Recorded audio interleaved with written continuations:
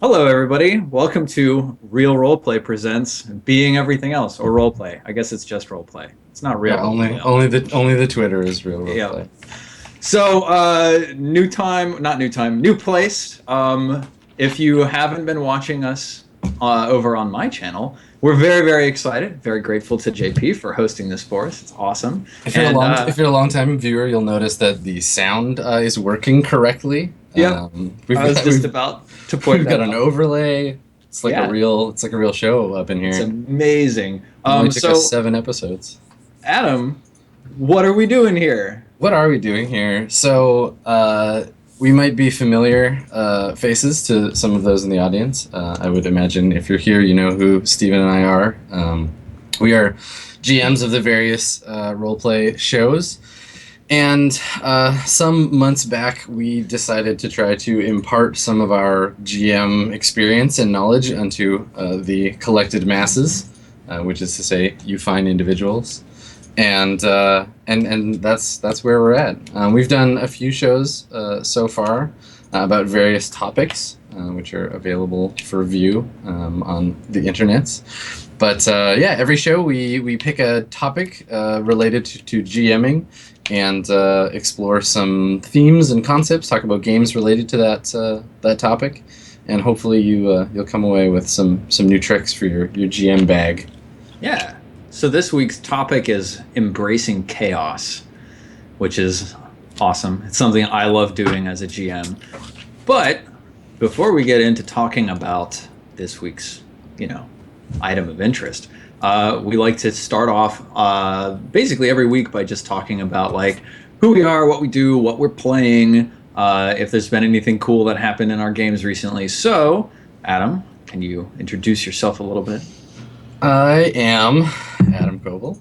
I'm co-creator of a little role-playing game called Dungeon World, which you may have seen on R&D or at your own table if you're awesome.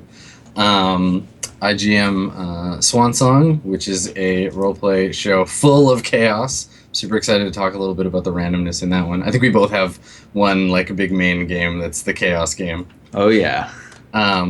And a whole other kind of chaos, mostly player focused. I GM for Mirror Shades as well. That's my I jam. haven't What qualifies you to be here pontificating, I, Steven? ha- I haven't gotten to watch Mirror Shades yet. I need to check it out. It's I'm it's gonna pretty I'm fun. I'm gonna pick your brain about player chaos once it comes around to that. Okay. So, those of you who don't know me, I'm Stephen Lumpkin. I randomly got found by JP about a year and a half ago and ended up doing some roleplay stuff. I started pen and paper role playing when I was like 12, and I've always been the game master for like almost every group that I've ever been with. So that's a lot of fun. More recently and more relevant to many of you, I run the West Marches and R&D, two shows on itmeJP's channel, uh, as well as another show that we won't talk about at the moment. Speaking And of chaos. Yeah, and just generally having some fun around role playing with a couple of people. I role played a one shot of Dungeon World last week with the Misclicks as well, and there's a D&D show coming up with them in a little while. Yeah, Yeah. so if anybody wants to watch us break our own rules and ignore our own advice, there's plenty Oh, of evidence that we're oh yeah. yeah. God, can you imagine what it would be like if someone actually like did a macro or a Don't micro cut of like, don't here's encourage where that. Steven said do this, and here's Yeah. all these places where he's a horrible Never GM. never do this in a role play game. Immediate smash cut to you doing the thing. Yeah, absolutely. Yeah. So, playing right now, I mean, like I said, last week I played some Dungeon World, and that was a lot of fun. And before that, I've been playing West Marches a bunch, so you should definitely check that out. West Marches always surprises me as a game master because it embraces chaos so much, and the last week's episode was definitely one of those. Because for most of it, the party was just kind of wandering around in the wilderness, but there were interesting to me, things that happened as a result of the random rolls. I'd like to think that Chad and my players were also entertained. Adam, what have you been I'm playing sure I wouldn't recently? know anything about that. Yeah. Well, I mean, aside from Shadowrun and Stars Without Number, I've just got my big D&D game that I've been playing. Though I've been having a hankering to play some smaller indie stuff lately, so we'll see if that can happen. I've been flipping through I got my hard copy of Worldwide Wrestling. Yes, yes, Yesterday. me too. Oh my god! So I I've been reading through that. Kind of looking forward to trying to play that one, but I did a play session of that, or a play test of that with Nathan Paletta, and it was a lot of fun and really cool. But I know so little about wrestling that I was just a little bit lost. mm. So now I need to like go watch a wrestling documentary and see if I can get into that game. I feel like there's some role playing games that are just like that. Like we all kind of take for granted that fantasy murder hoboing is like just a thing we understand intuitively, and actually, and genre expectation topic for another show, but like it's totally a thing that people just assume like everyone knows how this works. But if you play a role playing game with people who've never heard of Dungeons and Dragons before, and you're like, I don't know, you could be a wizard or an elf or a fighter. Okay, here's your character. What are you gonna do? They're like, I don't know. I guess Has that been your experience? I've had some experience with that. I mean, I play games primarily with people who are already familiar with role playing games, but there have been occasions where I'm teaching someone like a coworker or like a friend who's not nerdy in that way at all about like the tropes, and they're like, I have no idea what like this is about. Okay, yeah, that makes sense. Because I played with Potter on Tuesday with the Misclicks, and she's never played a role playing game before in her life. But as a Twitch streamer and a member of U United, she's like in tune with the games industry, so probably she has a lot of like reference information to bring over from that. Yeah. Hang on, let me write down that future show idea of genre expectations, and then we can launch right into it. Maybe I'll let you launch right into it while I write that down. Yeah, I'll give the rundown. So today's episode, we wanted to do one about something that had like obvious, understandable kind of correlation with some things that the audience might be familiar with. So like if you've tuned in, if you're familiar with Swan Song at all, you're familiar with the West Marches, you've seen Steven and I GM that stuff, we're going to use those probably as our primary examples of how to kind of manage chaos on a small or large scale in games. But we also want to talk about randomness and why it exists in games, the roots of some randomness in gaming, where that might come from, how games treat it differently now than they used to. And then after the break, we're going to go into talking about application of chaos, how you can use randomness not as a thing that you have to scramble against, but as something that can help you build momentum and keep a game moving forward. Yeah, there's actually even a bunch of ways that you can really benefit from including random results in your game. So we'll touch on all of that. So yeah, where do we want to start talking about with randomness, Adam? Well, let's get theoretical. So what are we talking about when we talk about chaos in a game or randomness in a game? I mean, I guess like at the basic level, there is a lot of chaos inherent in games because in many role-playing games where dice play a role, the roll of the dice is a big sort of random element. And actually, I was thinking about it just the other day.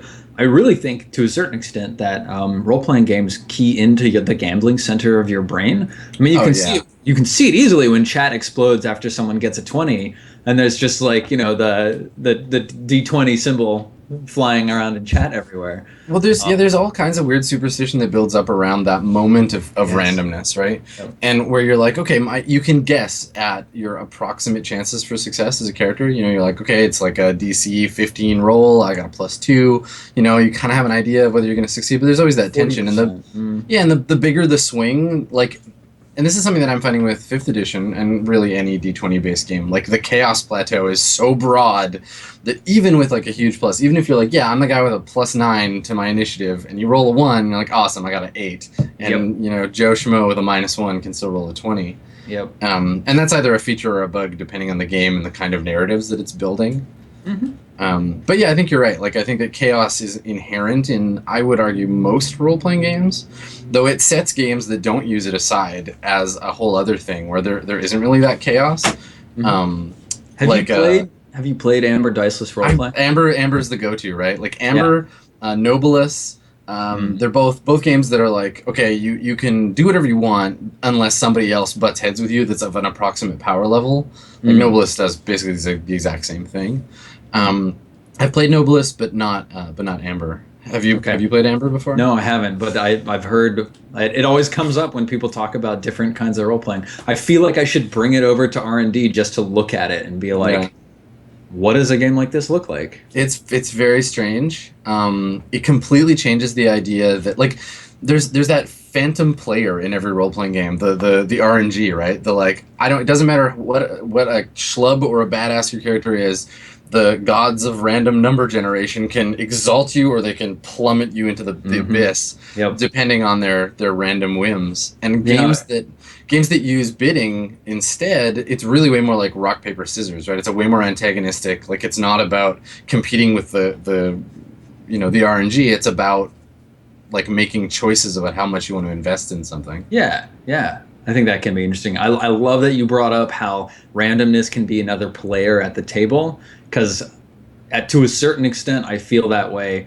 And to move the discussion away from just the straight random dice rolls and onto sort of random, using dice rolls to generate information for the GM. So like random encounter charts or random, lists of whatever you find in a room or things like that.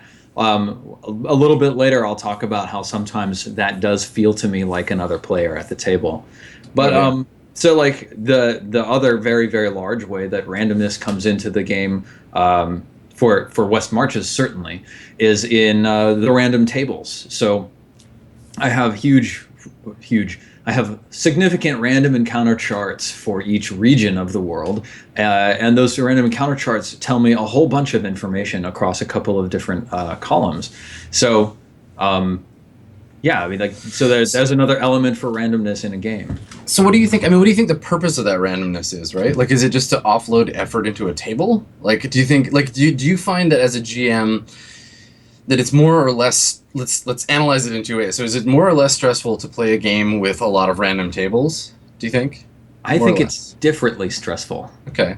Yeah. All right. And so then like just straight on a straight comparison numerical value of stress level, I'd say the stress level might be comparable, but the stress is in a very different place. Totally. I think it's like micro bursts of stress. It's like a game that's expected in the let's say, and it'll be a bit of a misnomer, but we'll say in the traditional mode where the GM is understood to prep everything in advance. And I think this is a lot of people's traditional expectation for role playing games is that the GM like has a script, right? Where they're like, okay, situation A, B, and C will happen in that order, and then the session will be over, or adventure will go into adventure part 2.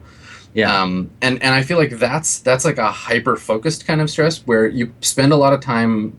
And I mean, if you've read Dungeon World or you've watched any other episode of the show, you know that I don't like GMing that way. I'm pretty firmly against that stance. But if you are playing like that, or you're playing a published adventure, you don't have a lot of prep time or whatever, you have a script to stick to, and the stress is that chaos will leak in, right? You're in the submarine, you're at high pressure depths, and you can hear the fucking hull creaking, but you're worried about chaos getting in, whereas the opposite side of that, like the West Marches side, is like there is no script. There's no submarine, right? Like you're in the ocean. You live in those depths. Yeah.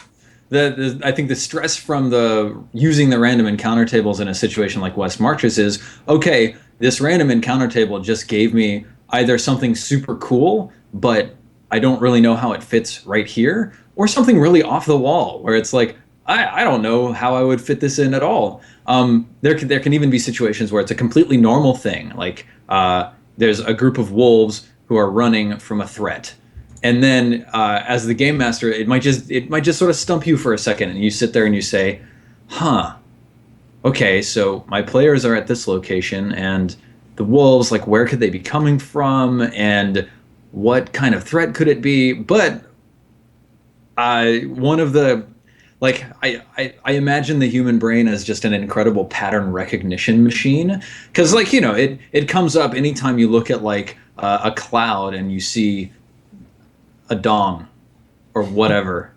Faces is the most common example. Like you can see a face. Apparently not for everyone. It's not, Stephen. Well, many other people can often see faces.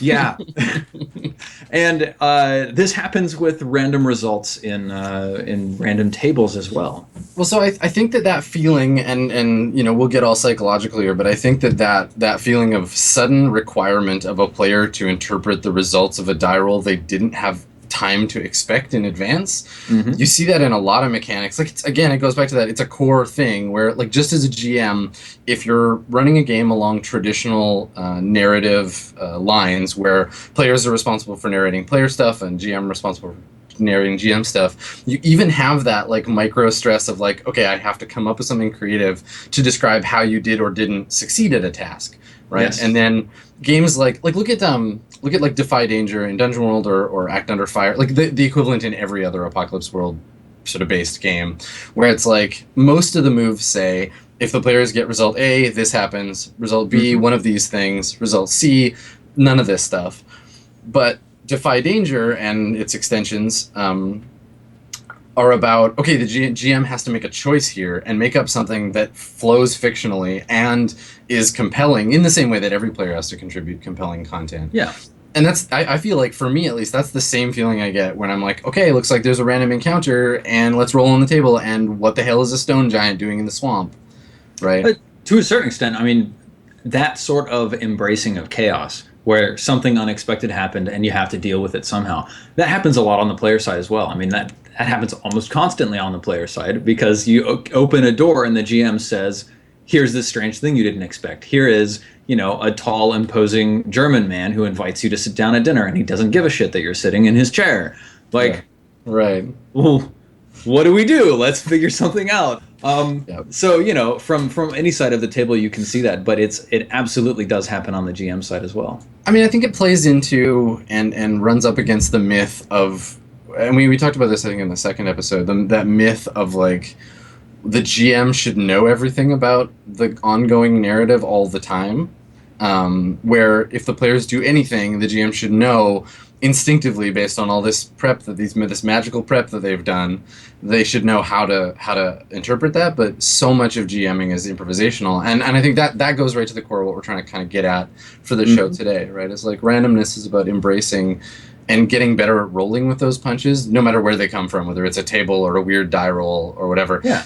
And I think that what I really want to stress sort of throughout the episode here is that a lot of the time, this is part of why I don't like hidden rolls or like GM having fiat over stuff, because it's a way to short circuit this learning process, you know? Like if you get a result you don't like on a random encounter table in West Marches, do you still have that urge to be like, well, they don't know, I could just pretend it was a different one that I already have an idea for? I think, like, generally, I'm trying to think if I did it. I might have done it once because, like, I rolled once and I got a result and we had that encounter. And then I rolled almost exactly the same result, like, the next watch. Mm-hmm. I don't think I actually did, though.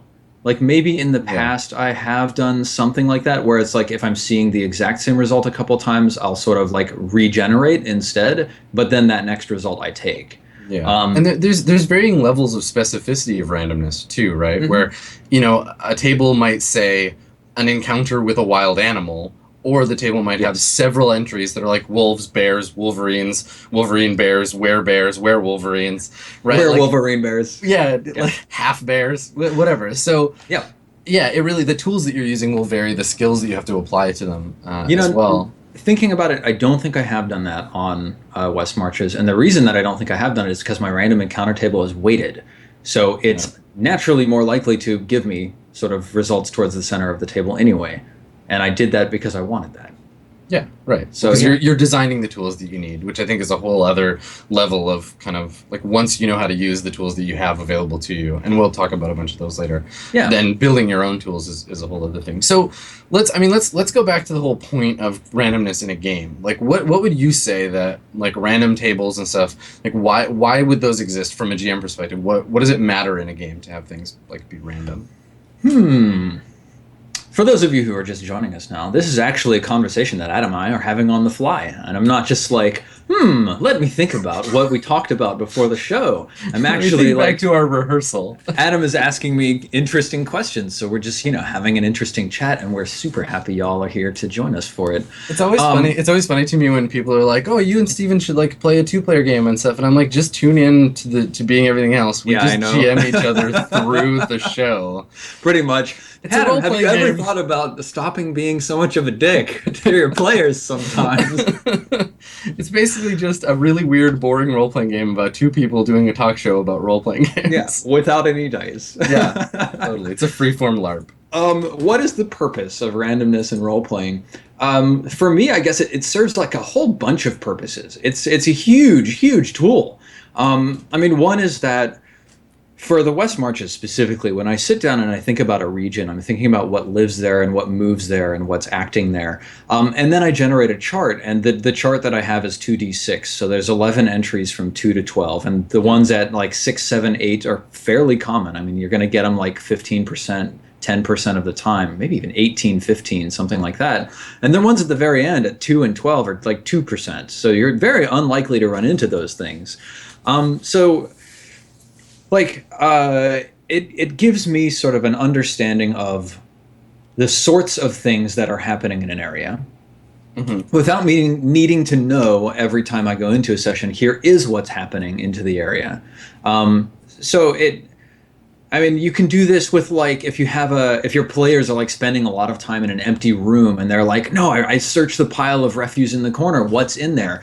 Then if you actually want to give them a bigger and better sense of it as a coherent world, rather than just saying, look, man, there's just some stuff like you find nothing of interest. You can just roll on the random table of like, trash. Mm-hmm. And then you're like, oh, actually, there's like a half of a painting that someone was doing on like a piece of bark in there. That's what you find. And then because your brain is a powerful pattern recognition machine, maybe you go back on a little bit and say, man, like that piece of painting, that surprised me. And that's like a second big thing that I use randomness for when I'm running role-playing games. I use it to surprise me as the game master, because I don't really want to know everything that's going to happen. Yeah, I would argue that from a like emotional reward perspective, randomness is definitely a thing that makes the game more fun for the GM. Because otherwise, it's a game of frustration, right? It's like, okay, I have to get the players to the Hall of Throndir by the 4th day in the 56th week, and if they don't get there by that time, like my whole thing is screwed up, because that's when the Dark God will wake up and whatever. But if you're just applying like fictional node agnostic like plot elements, you can be like, okay, it doesn't matter. There's like 100 things that they might encounter. They're all sort of semi-relevant to the universe they're in, and which ones am I going to have to like put together? It's like playing Iron Chef with a role-playing game. Where you're like, what are the random elements going to be this time around? And it's fun for everybody because it's a challenge for you as the game chef to be like, okay, how can I make an encounter out of an ogre, 2 marrow, and a red pepper? Yep. For me, like one of the things that I've learned about randomness in games, especially sort of the more I dig into the roots of like role playing, is that it really, for me, enforces fairness in the GM role. Like a lot of role-playing games that are part of the OSR, which is the old school Renaissance. Basically games that just try to apply the kind of Gygaxian model of like, this is what a role-playing game should be. They're very interested in that idea of the GM's role as impartial referee. And it's very hard to be impartial if you have an investment in a particular outcome. So the randomness allows you to disclaim responsibility from that stuff. And then from a mechanical perspective, keeps the pressure on, right? Like if you have to roll a random encounter every hour that the players are in the dungeon, it's a way to just keep that, that and food and torches and stuff will just keep things moving forward, because the players know, okay, in this game, if we just dick around in that room where they're like, oh, there's a pile of junk, the GM doesn't have to get all like, well, goddammit, follow my story, there's nothing in the pile, go. You can be like, cool, you spend 1d4 hours digging around in the garbage in this room. Oh, hour 3, roll on the table, rats. There were rats in the pile. That's what happened. Or like orcs come in because they hear you digging around. But it's not like the players can't turn to the GM and be like, that's bullshit, man. We all have 1 hit point left. Nobody has any spells. Like, why are you doing this to us? Yeah. It's like, the game said so. That's how it is. We're playing by the rules. This is so funny, because you're absolutely right, and I want to like just reiterate everything Adam is saying here. Like a random table and the rules of the game are kind of the 2 huge ways that you can set yourself aside as the GM and kind of let the game run itself. Like to a certain extent, for deterministic situations in the game that affect the players in a significant way, you can take yourself out of the equation and you can say, well, the rules of the game said that these things had to happen. And the random tables determined that these were the exact things that happened. And so the outcome is as you see it. I'm not here like punishing you. And to me, that creates this incredibly freeing sort of, it lifts a weight from the GM's shoulders because the players can trust you. You're not someone who is trying to be out to get them or, trying to force them to do something they don't want to do. It's like, okay, guys, like you can do whatever you want. And, I'm just sort of the oracle interpreting the results. So that's a word that I use a lot. The GM's not God. The GM is the person interpreting putting their own spin on, like, they're an oracle in the very real sense of the word, in that they're not actually imparting any special secret knowledge. They just have some creative input, some sort of strange ideas, and then the randomness of the game will twist that and throw a monkey wrench in the work, and the GM has to interpret it and explain to the players, this is the situation you're in as the result of my prep and as a result of the chaos that has been brought into it by random tables primarily. Now you mentioned that it keeps it feeling fair. It keeps the GM being fair. And another really like finger wigglingly delicious thing about random tables is that you can like roll on a random table and be like, oh shit, you guys, a dragon swoops down and it breathes fire on you. What do you do? And they can be like, oh, Steven, why did you do that to us? Why would you do that? And you can be like, look, man, the random table said that a dragon was going to come down and breathe fire on you. You wrote that fucking random table. You wrote man. that table. It's awesome, but nobody thinks about that. They're just like, oh well, the table said it, so shit. Now we have to actually engage with the game. Yeah, totally. It's like, why did you shoot me? It's like, well, the gun shot you, man. But it's like you went out, you bought that gun, you put bullets in it, and you pointed it at me, fully loaded. And I think that's the thing, though, is that, like, it depends on the kind of game you're running, but the parallel for me has always been, like, the first Dragon Warrior game for the Nintendo. So there's this invisible border starting zone that you don't know anything, like, about where it is, but you can literally be, like, within that zone, fighting stuff you can take out, no problem. But if you go one square outside that zone, it's like, oh, you're fucked. Like, giant killer death monsters. Why are you going in this zone, you moron? You're dead. You're eaten by a Gru. Yeah, and it's totally the same thing where if you want to portray, like, West Marches is and I tend to prefer games like this, but West Marches is one of those things where it's like, if you encounter something and you're not prepared or you don't know anything about it, it might just kill you. We're not balancing the game for the players because it's not a video game. It's not meant to have a linear set of stages that you go through to get better as a character. Yep, absolutely. And again, like, you can rely on random tables to help that, but like you said, your random tables have to be built a certain way, and that the way that you build it, the tools that you're using have to reflect the purpose of the game. Like, why do they exist as a tool, and how are you using them? Yeah. So, like, all of that stuff about, the world, like, not being directed content for the players. Like, I use my random tables largely to create a world that feels like an internally consistent world. So, just the mere fact that, like, when you're in these areas, and that's why I use a weighted random table also. Like, I don't feel like having a 1 in 6 chance a dragon will be there, a 1 in 6 chance of wolves, a 1 in 6 chance of bandits, etc. I'd rather it be like, okay, well, basilisks are super rare, but there might be one, so we'll put it on the table somewhere, and then okay, this region has a bandit problem.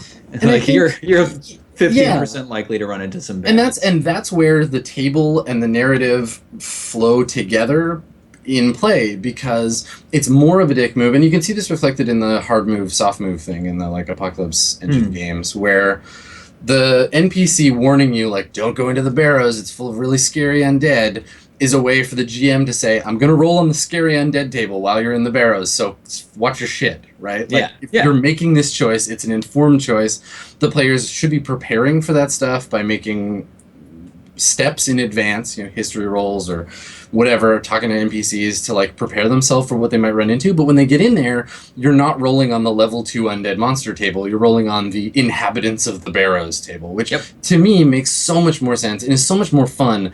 as a game, because if you can just bluster out into the wilderness and be like, well, no matter where we go, no matter what we do, the GM will never put us in a situation where you have to fight something that's too hard for us to beat.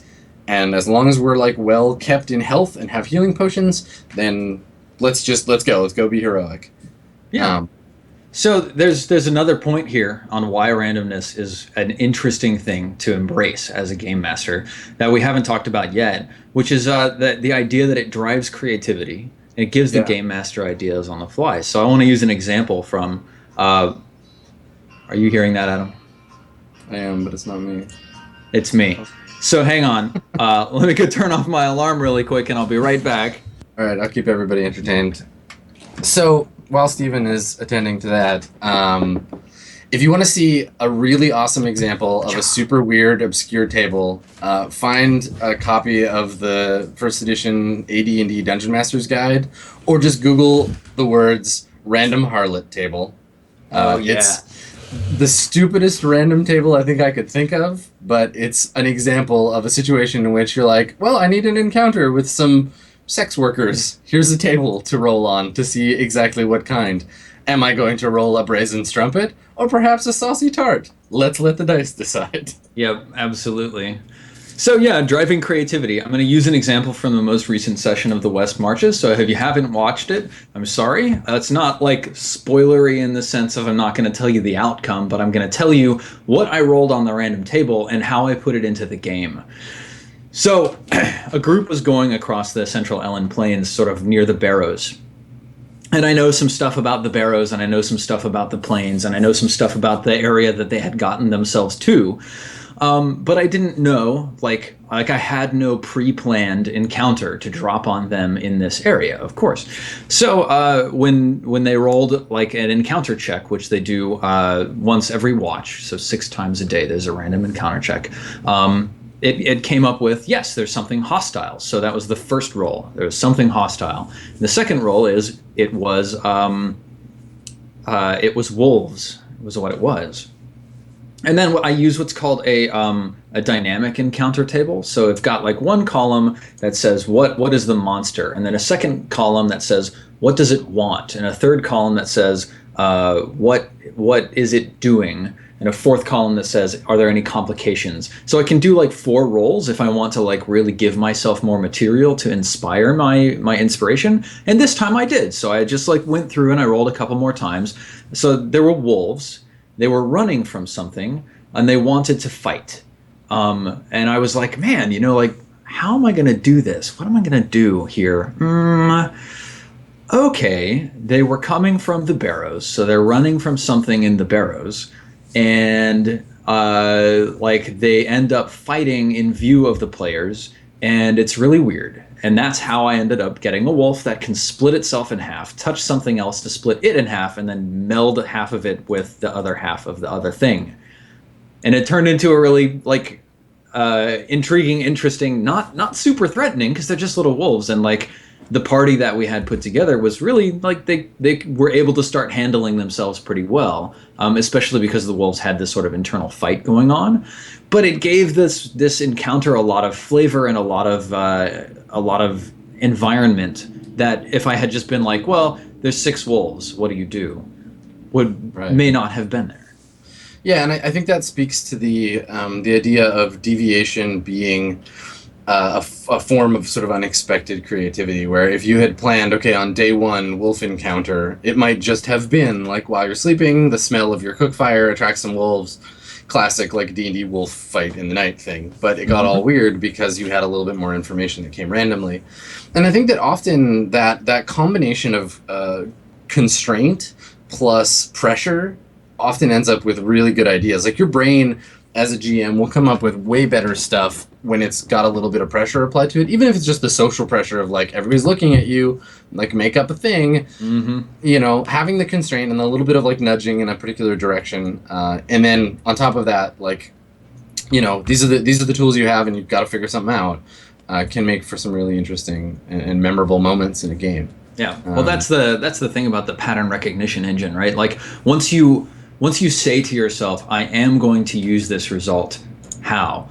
Your brain starts going, oh God, like what else could be around here? Like, oh, there's something in the barrows, running from the barrows, something weird happened to them. Okay, good. Yeah, put it in. Yeah, well, it's all about interpreting new information into the status quo of the game, right? To say, how are things currently operating? Like, who's present in the scene? Where are they? What has happened before? What do I know about the forces that are moving outside of the players? And then what do I do with this new information? That's a thing that I think comes up, like, really specifically with random encounter tables. But there's lots of other places in games where randomness comes in outside of that model. I mean, obviously, the random encounter is the typical, like, when you think of randomness in a role-playing game, that's the thing you go to, because it's spawned, like, it's a genre convention now. You play any, like, Final Fantasy game for 20 years, it's like, okay, random encounter, and there's a table written somewhere in the code of Final Fantasy where it's like, all right, you're going to run into, 6 imps or, 2 cactuars or whatever, and it's got there's a list in the code. You just don't see it as a player because there's no GM. But that stuff it's been a staple in games for ages. But I mean, there's randomness in character creation, and I think most games, where you're rolling your stats, and that I think, like, random character creation can vary so wildly because it can be quite subtle. Like, Stars Without Number, the only randomness is how many hit points you have and what your stats are, and often the stats don't really matter. That's true of basic D&D too. And it can run from there all the way to a game where you get to decide literally nothing about your character except maybe their name, and everything else is randomly determined. Exactly, like Made. Yeah, so, like, can I just go over really quickly some of the options? In case there's anyone in the audience who has missed that magnificent episode. Yeah. So there are no options in Made RPG. There's only randomness. You literally, by the rules of the game, you roll just on a whole bunch of random tables to find out who you're playing. So the first thing that you roll is your attributes, 2d6 divided by 3 to get your athletics, affection, skill, cunning, luck, and will. And if you haven't seen Made RPG, you really should check it out. It's on JP's Twitch and YouTube. It's with Jesse Cox. The game itself is one of the best modern examples of embracing chaos for fun. And really, like, we talk a lot about the mechanisms of a game creating the behavior of play at the table, and players embrace what the mechanisms reward them to do. So if you want to play a game that's all about the chaos, like, Made is a fantastic game for that. Yeah, like, what is the mechanic that, like, lets you roll on a random table in order to, like, interrupt or disrupt, like, what's going against you? Yeah, like, so a scene can be going against you in Made RPG, and one of the things that you can do is you can spend affection in order to trigger a roll on a random table and then hijack the scene away from the thing that's going against you. Yeah, so, you're basically, like, playing narrative roulette, right? Where you're like, well, I want to interrupt, but I'm not allowed to interrupt with what I want. I can interrupt with something, a random thing that we are then all challenged to deal with as a and maybe I can deal with that better than what's going on right now. Yeah. So some of the random tables, I mean, your Made type is random. You can be sexy, pure, cool, boyish, whatever. Made special quality table is 66, which is 2d6, so there's only actually 36 results on it? Yeah. So you can have glasses, freckles, be sickly, quiet, easygoing, a neat freak, have brown skin, be an albino, shy, be actually a guy, have an overactive imagination, greedy, elf ears, be a cat girl, android or gynoid. You can be a vampire, you can be a princess, you can be an angel or a devil, you can have a uniform, a symbol, etc. And so then, like, everything from 4-1, 4-2, all the way through 6-6, all of those have additional tables. So for your uniform, you could have tights or a china dress or armor or a bondage uniform or a mini skirt, or it's just, like, there's tons of stuff. And then so the whole design purpose for this, like, the reason why the game exists in this fashion is because it's meant to create an environment in which chaotic play is rewarded, and that it's a good thing from the get-go, right? The conveyance of this game is fantastic because it's teaching you not only, like, this is your character mechanically, but this is the shit you're going to have to expect for the rest of the session. Like, don't expect control, expect to have to be on your toes, and just roll with whatever weird stuff comes up.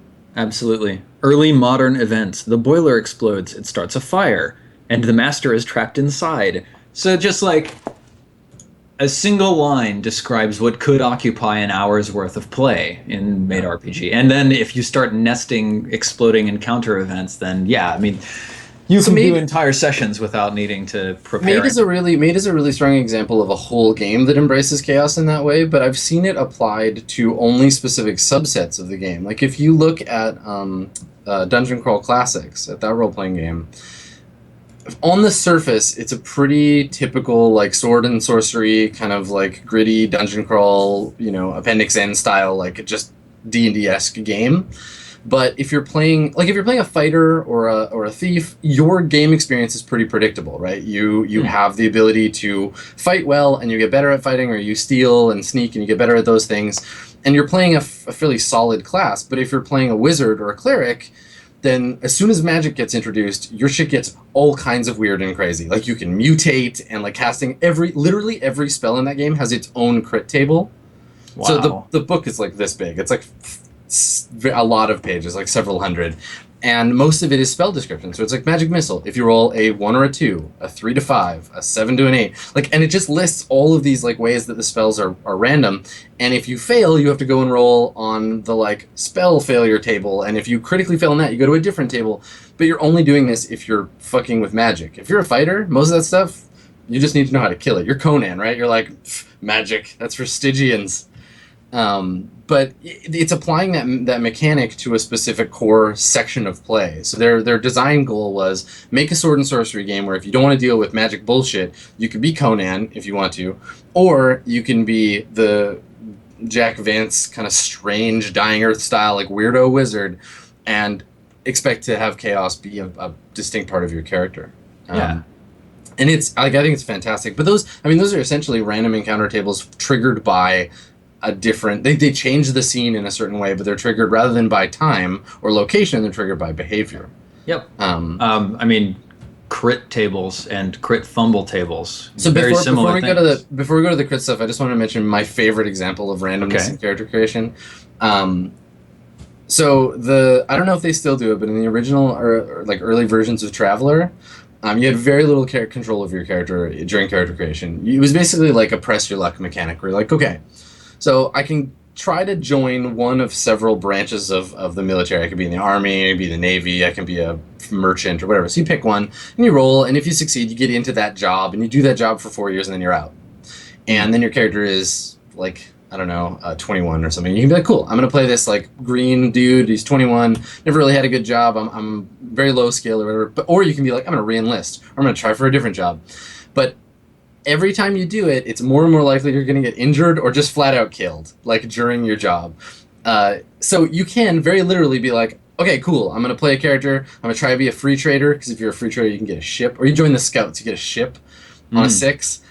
But a 3, a 4, and a 5 is like you die. Like, okay, you joined the scouts and flew off into the galaxy and never came back. Sorry, new character. Nice. So you don't even have control over that. It's just like, do you want to try again? You want to press your luck? You want to try for something else? And so if you end up, like, the best characters in that game tend to be at the far end of the physical ability spectrum. They've hit their physical prime, but didn't continue on. So you're playing characters that are like, in their like mid-30s. They tend to be older than most PCs in games. Yeah. And you haven't started to degrade mentally, but you have all this experience from the jobs that you took. But the chances of you just dying in some foreign stellar war are pretty high. It's a really fun way of creating characters, and yeah, totally random. Awesome. So, like, is it just that, like, GMs and players agree not to, like, just re-roll constantly until they get the most epic character ever who made it? I mean, in so much as, like, the social contract dictates, don't be an asshole about it and be like, I'm just going to keep re-rolling this character forever until I get all 18s, because mathematically it'll just never happen.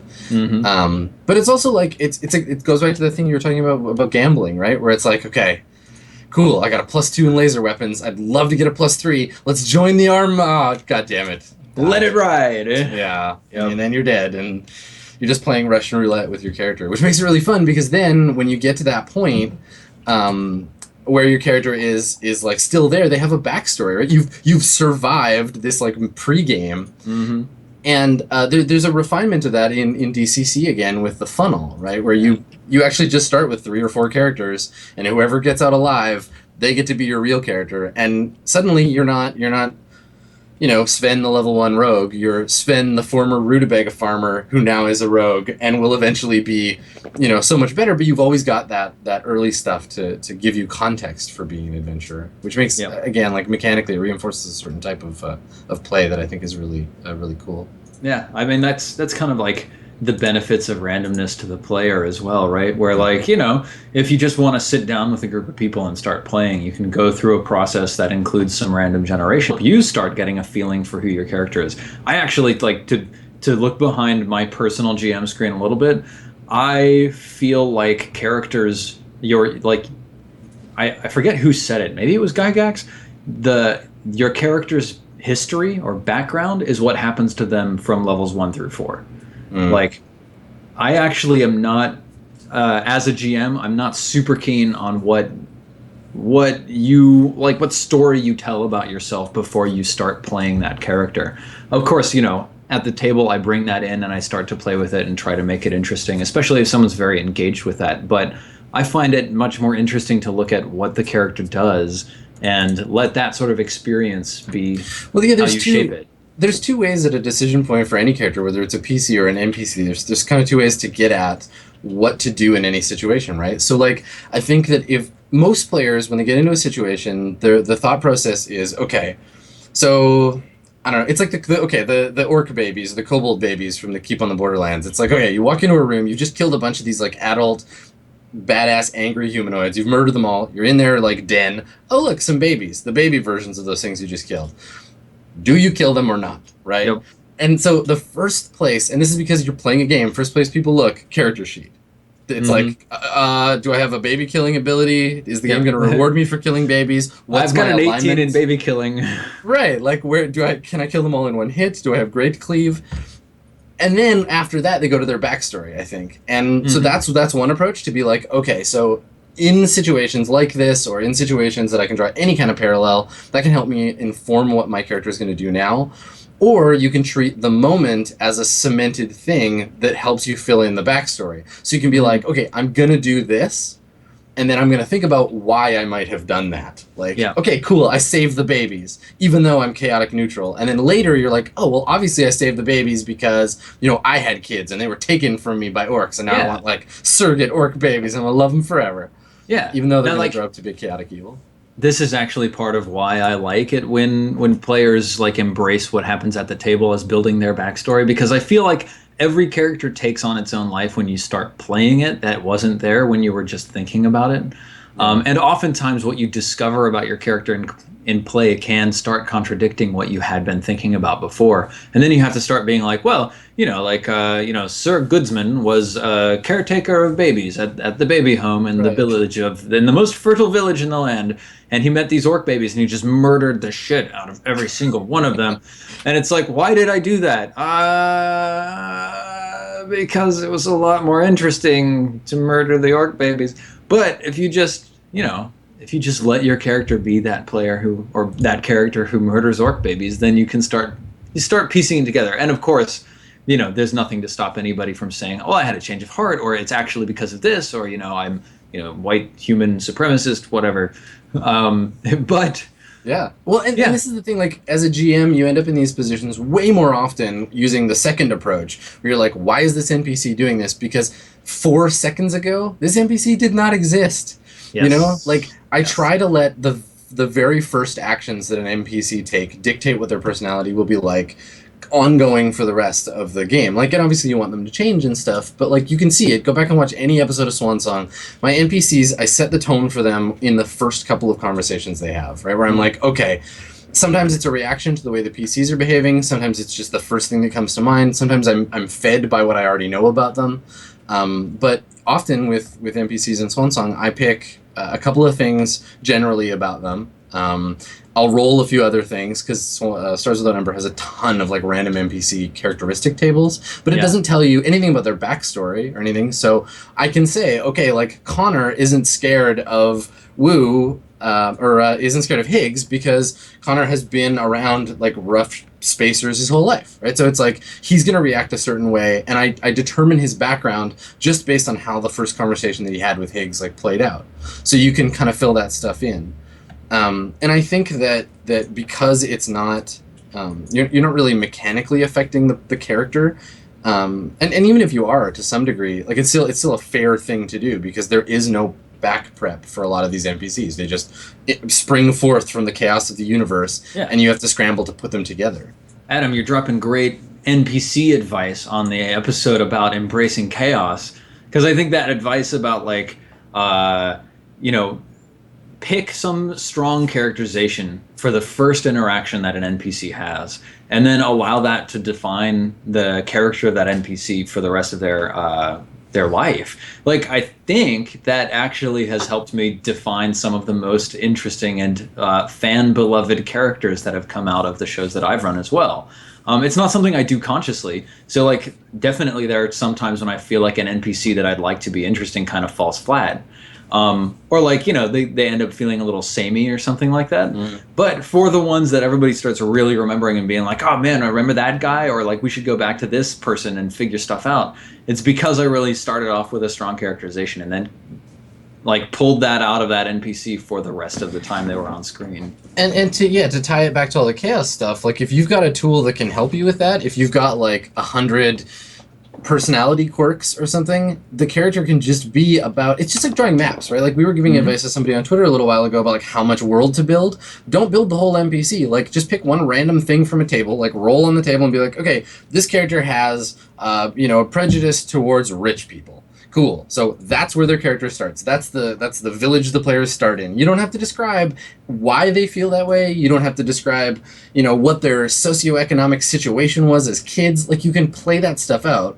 You can just start from that point and then spiral out and learn so much more about the NPC. And you're going to surprise yourself because if you have an answer going in, if you're like, oh, I know why they're like this, there's no surprise there. You just have to play to that angle. But not knowing and embracing the chaos of the moment can make it way more fun to play those characters if you're willing to take that leap and to not have all the answers. Yeah, absolutely. Adam. Yep. Is it time to talk about crit tables? Let's talk about crit tables. Oh, because yeah. they're so much fun. Yeah, crit tables are great. Let me pull out the book. I need like... So for those of you who have never played a role-playing game with a critical hit table or a critical fumble table, they are occasionally horrible and tedious, occasionally ridiculous and amusing, sometimes strangely repetitive. If you've played Warhammer Fantasy First Edition, a lot of people get their heads cut off and then subsequently the head flies 1d6 meters in a random direction. A lot of severed heads in that game.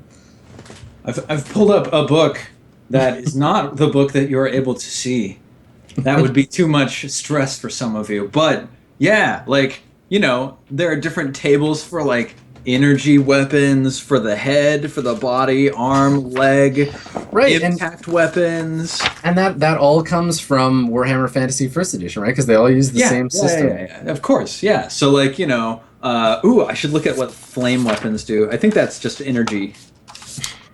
Rending, flame, explosive. Yeah, so energy, like, the superheated by the attack, the target's brain explodes, tearing apart his skull and sending flaming chunks of meat flying at those nearby.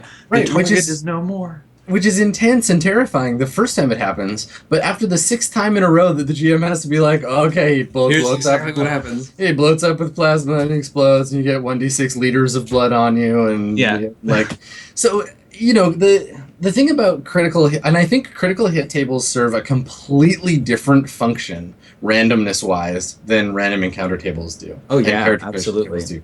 They are so much more about, because a critical hit table, and you look at the marketing for Warhammer or for, God forbid, Rollmaster, and often crit tables and combat specific shit, like you hit them in the upper left torso region and break 1d6 ribs, but not on a roll of 4 or better. That stuff comes from this like stupid post D&D urge to make role-playing games that are realistic, especially in the sword fighting regard, which end up just being like tedious table checking and being like, I hit you in the left thumb. And what is that? We gotta look at the left thumb table. Are you wearing scale mail or... Oh, okay, no, I'll check the ring mail on left thumb table. but Oh, not for dwarves. So you either have to internalize all of those mechanics, or you have to just accept that like things will take a really long time to look up on these tables. yeah. I Um, think like it can get overly tedious, but if you use them, or if they because of the system they only come out fairly rarely, then it can do two things, right? It can provide a lot of flavor to what's happening in the world. So like to a certain extent, Warhammer 40,000 are super dark, super like they try to be as thematic and evocative as possible. And so like when you're a player who's maybe unfamiliar with these IPs and you start like playing in a game that's about it and you shoot some guy and it's like, okay, you shoot him through the eye and chunks of brain explode out Wait, of his right ear onto the person next to him, dealing 1d4 right ear damage. what? Like that is a little bit cumbersome, but it also sets up expectations for you as the Yeah, player. so we've got overlap where this specific conversation fits into this episode, but also has some overlap with the hate the game episode with our last one about in Yeah. that regard, like in just that very narrow regard, the Warhammer games and all games based on that property are about the grimdark, blood splattered Yeah, universe. And absolutely. so mechanically, this does reinforce that for sure, and it also applies, I think, to the genre expectations bit where you're like, okay, we're playing a Warhammer game. It's not going to be all daisies and sunshine. It's going to be bald dudes screaming at each other and shooting bolters, and it's not going to be like he gets hit with a gun and falls down. It's going to be like you blow open his rib cage and both of his hearts erupt from his chest. Like Yeah. it's Like that even tells the inexperienced GM something about how to run this kind of game, because like another way to use random tables is as sort of general inspiration fuel. Like you're like, oh, I wonder what kind of dungeon I should make next. Let me like roll on this table or just look at the table and be like, what looks interesting? So like the next time that you shoot a guy, it doesn't kill him. Maybe instead of just saying, yeah, you hit him in the shoulder, you say, okay, like, your bolter round drives through his shoulder, showering the back wall in a spray of gore.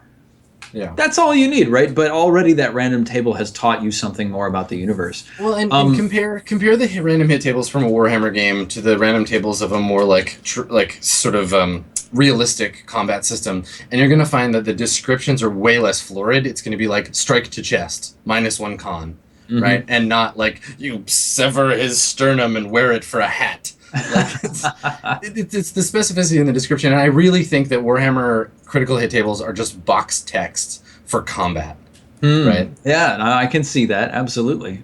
Yeah. There's another aspect to crit tables that I prefer more, which is like it actually like I like to pull that out of critical tables and bring it into other random tables.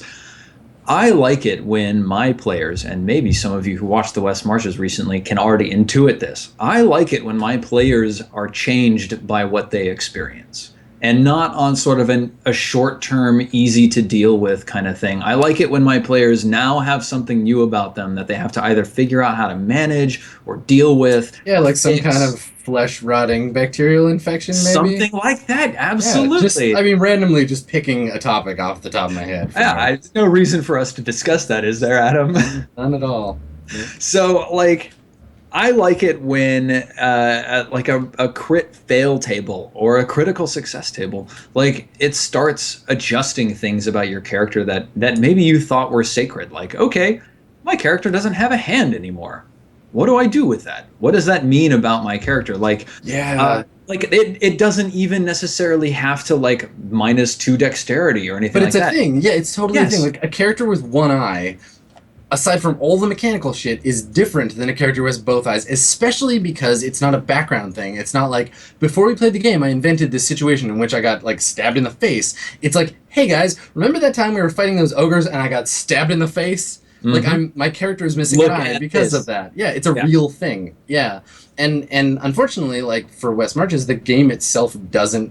You got to do that work for yourself, and the players have to do that work. And without the table, going back to the whole random fairness thing, if we were playing in West Marches and you were like, okay, cool, the bandit attacks you with a sword and deals you 6 damage and cuts out your eyeball, I would be like, whoa, hold on. Yeah. that's over the top. Like, it's only 6 hit points, and the rules say I'm gonna get those back. So does my eye just grow back? Like, you don't have the tools to do that because it's not your. There's no authority given to the GM in that system.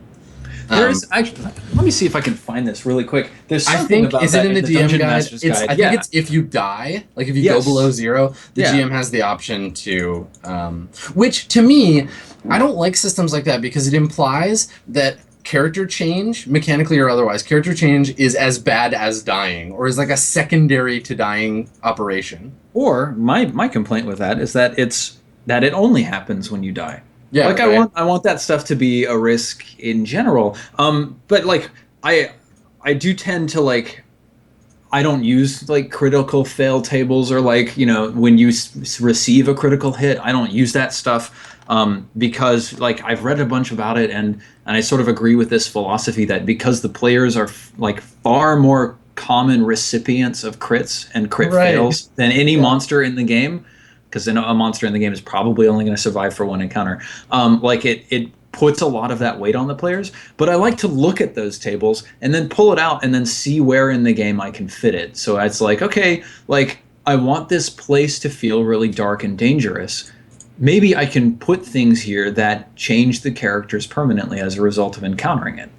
Yeah, yeah, absolutely. So, and I think, and that's a great segue for, like, if we want to, let's go into the break, and when we get back, we're going to talk about application of chaos, about taking these random things we've been talking about, taking results from tables, and applying them directly to running your game. Yeah. So, we'll take about a 5-minute break, and we'll come back and talk all about how to apply the bloody mess of chaos that you have formed Yep. to your game. Thanks, guys. See you in 5. So, see you soon.